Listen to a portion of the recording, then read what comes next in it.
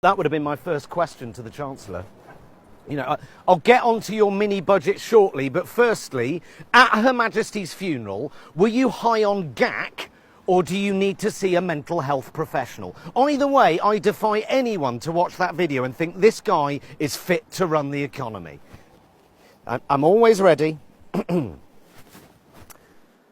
Chancellor's tax cut bonanza sent shockwaves across. I'm not saying bonanza, because it makes it sound like a good thing. It's like saying Fred West's lady killing jamboree, or a friendly get-together of cancer cells.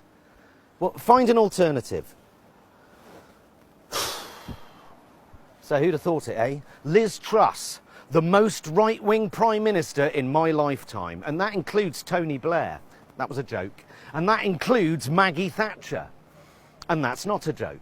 Don't be fooled by her mousy disposition and disarming lack of charisma. Liz Truss is far more dangerous than you could possibly imagine. She should be feared. She is a fundamentalist, a born-again conservative, a sock puppet for the IEA and other sinister right-wing think tanks, and by the time she and her cabal of ideologues are kicked out of office, she may very well have bankrupted the nation.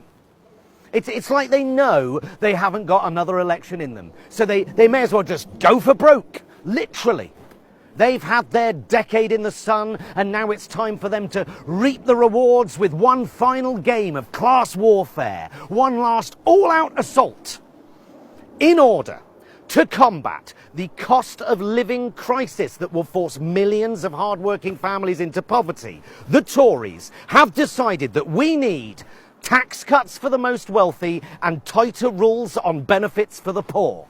And with a straight face, they tell us that lifting the cap on bankers' bonuses is, and I quote, a key part of their levelling up agenda. It's as if the phrase gaslighting was invented for this very situation. The Chancellor tells us cutting taxes for people earning over $150,000 is fair for all, that these cuts favour people across the board. Lies!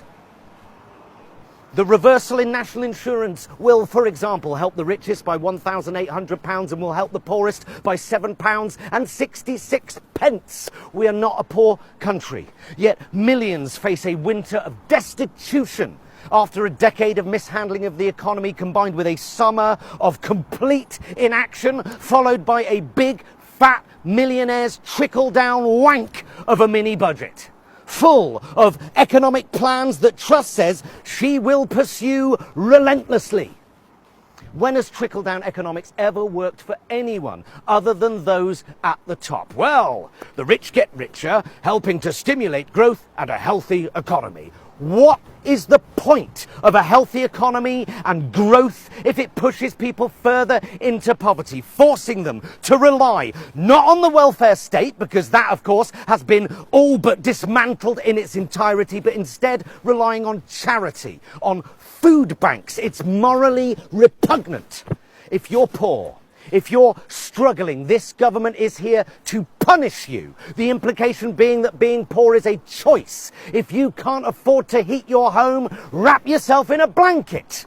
And if the cost of living crisis means you can't afford to live, well, frankly, the more lazy, poor, hungry, shitty little citizens that die this winter, the better, particularly if you're elderly, because then at least you won't be sponging off the state, using up all that tax that rich people no longer have to pay. Liz Truss's government has little concern and zero compassion for the majority of people in this country. They don't care about you or your hungry children or your shivering granny or your kids rotting school or your 2-year wait for an operation. And if you look at the state of the economy this morning, you have to ask yourself, do they really care about that either? Because if they did, then how come the economy is in a worse state than my gusset after a nasty follow-through? Help the rich, fuck the poor, whilst curbing our rights to protest over what is frankly a sinister shift in policy without any mandate whatsoever. That is this government's agenda. What? No, that doesn't work. Let's just stick with bonanza, shall we? I'm getting a bit chilly out here.